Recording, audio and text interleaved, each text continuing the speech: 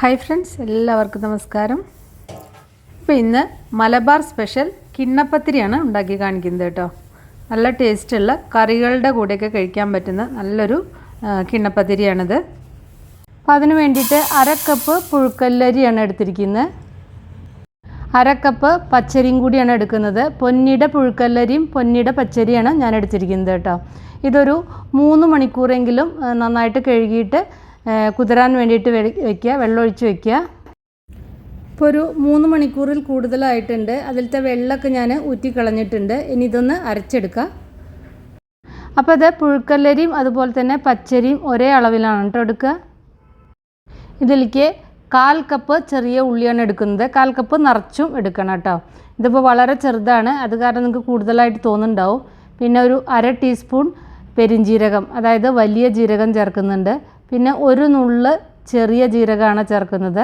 പിന്നെ ഒരു 3/4 കപ്പ് നാളികേരം ചിരകിയതും കൂടി ചേർക്കുക. ഇനി ഇതിലേക്ക് 1/2 കപ്പ് വെള്ളം കൂടി ഒഴിച്ചിട്ട് ആവശ്യത്തിന് ഉപ്പ് ചേർത്തിട്ട് നന്നായിട്ടൊന്ന് അരച്ചെടുക്കുക. അപ്പം ഞാനിത് അരച്ചെടുത്തിട്ടുണ്ട്.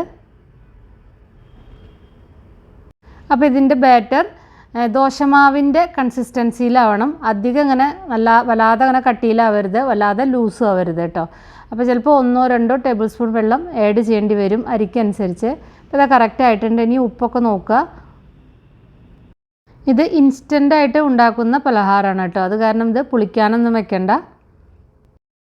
ഇനി ഇത് ആവിയിൽ വേവിച്ചെടുക്കുക ചെയ്യണത്. ഇത് ഒരു നമ്മുടെ കയ്യിൽ പ്ലേറ്റ് ഉണ്ടെങ്കിൽ അത് മതി, അല്ലെങ്കിൽ കേക്ക് ഉണ്ടാക്കുന്ന ട്രേ ഏതായാലും കുഴപ്പമില്ല കേട്ടോ. അതിൽ കുറച്ച് വെളിച്ചെണ്ണ പുരട്ടുക, എന്നിട്ട് ബാറ്റർ അതിലേക്ക് ഒഴിക്കുക. ഇത് ഈ ഒരു ബാറ്റർ കൊണ്ട് ചെറിയ ഒരു പാത്രമാണെങ്കിൽ 2 എണ്ണമായിട്ട് ഉണ്ടാക്കാം, വളരെ വലുതാണെങ്കിൽ 1 ആയിട്ട് ഉണ്ടാക്കാം കേട്ടോ. അപ്പോൾ വല്ലാതെ കട്ടി വേണ്ടെങ്കിൽ 2 എണ്ണമായിട്ട് ഉണ്ടാക്കുന്നതായിരിക്കും നല്ലത്. ഇപ്പോൾ ഇത് ബാറ്റർ ഞാൻ ഇതിലേക്ക് ഒഴിച്ചിട്ടുണ്ട്. ഇനി ഇത് സ്റ്റീമറിൽ വെച്ചിട്ട് നന്നായിട്ട് സ്റ്റീം ചെയ്തെടുക്കുക. അപ്പോൾ അതിൻ്റെ അടിയിൽ ഞാൻ ആവശ്യത്തിലുള്ള വെള്ളമൊക്കെ ഒഴിച്ചിട്ടുണ്ട് കേട്ടോ. തിള വരുമ്പോൾ നന്നായിട്ട് ആവി വരാൻ തുടങ്ങുമ്പോൾ ഇതതിൽ വെക്കുക, എന്നിട്ട് അടച്ച് വയ്ക്കുക, എന്നിട്ട് വേവിച്ചെടുക്കുക. നല്ലവണ്ണം പുറത്തേക്ക് ആവി വന്നാൽ ഫ്ലെയിം ഒന്ന് കുറച്ച് വയ്ക്കുക, കുറച്ച് നേരം ഒന്ന് വെച്ചാൽ മതി കേട്ടോ. അപ്പോൾ ഇതായിട്ടുണ്ട്. തണുത്ത് കഴിഞ്ഞതിന് ശേഷം ഇതൊന്ന് പെട്ടെന്ന് അടർന്നു പോരും. ഇതിങ്ങനെ കുറച്ചിങ്ങനെ കട്ടിക്കായിരിക്കും, അതായത് ഇങ്ങനെ സ്പഞ്ച് പോലെ ആയിരിക്കില്ല. സംഭവം സോഫ്റ്റ് ആയിരിക്കും, പക്ഷേ അങ്ങനെ സ്പഞ്ച് പോലെ ആയിരിക്കില്ല. കാരണം നമ്മളിതിൽ സോഡയോ ഈസ്റ്റോ ഒന്നും ചേർക്കുന്നില്ല, ഇൻസ്റ്റൻ്റായിട്ട് ഉണ്ടാക്കുന്നതാണ്. അപ്പോൾ അത് ആർക്കും ഉണ്ടാക്കാവുന്നതാണ് കേട്ടോ. ആർക്കും, അതായത് ഈസ്റ്റും സോഡയൊന്നും പറ്റാത്തവർക്കും ഇത് കഴിക്കാൻ പറ്റും. നല്ല ടേസ്റ്റാണ് ഇത് ഇങ്ങനെ തന്നെ കഴിക്കാൻ. അല്ലെങ്കിൽ ഇത് കറിയുടെ കൂടെ നമുക്ക് കഴിക്കാനും നല്ല ടേസ്റ്റ് തന്നെയാണ് കേട്ടോ. ആ ഉള്ളിയുടെയും ആ പെരിഞ്ജീരകത്തിൻ്റെയൊക്കെ നല്ലൊരു ഫ്ലേവർ ഉണ്ട്. ഇതൊന്ന് ഞാൻ കുറച്ചെടുത്തിട്ടൊന്ന് ഫ്രൈ ചെയ്ത് കാണിക്കാം. കുറച്ച് വെളിച്ചെണ്ണ ഒഴിച്ചിട്ട് ഇതിലേക്ക് കുറച്ച് മുളക് പൊടി ചേർക്കുക. അതേപോലെ തന്നെ 1-2 വെളുത്തുള്ളി ചതച്ചിട്ടോ അല്ലെങ്കിൽ അരിഞ്ഞിട്ടോ ചേർക്കാം.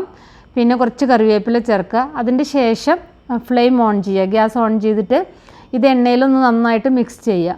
എന്നിട്ട് നമ്മൾ ആ വേവിച്ച് വെച്ച കിണ്ണപ്പത്തിരി പീസസ് ഇതിലിട്ടിട്ട് ഒന്നിങ്ങനെ ഫ്രൈ ചെയ്തെടുക്കുക. നന്നായിട്ടൊന്ന് റോസ്റ്റ് എടുക്കുക കേട്ടോ. അങ്ങനെ ആകുമ്പോൾ കുറച്ച് സ്പൈസി ആയിരിക്കും, നല്ല ടേസ്റ്റ് ആയിരിക്കും.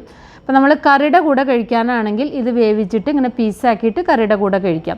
എനിക്കിത് ടേസ്റ്റ് ചെയ്ത് നോക്കിയപ്പോൾ അങ്ങനെ തന്നെ വെറുതെ വേവിച്ചത് പീസസ്സായിട്ട് കഴിക്കുമ്പോൾ നല്ല ടേസ്റ്റ് തോന്നിയിട്ടോ.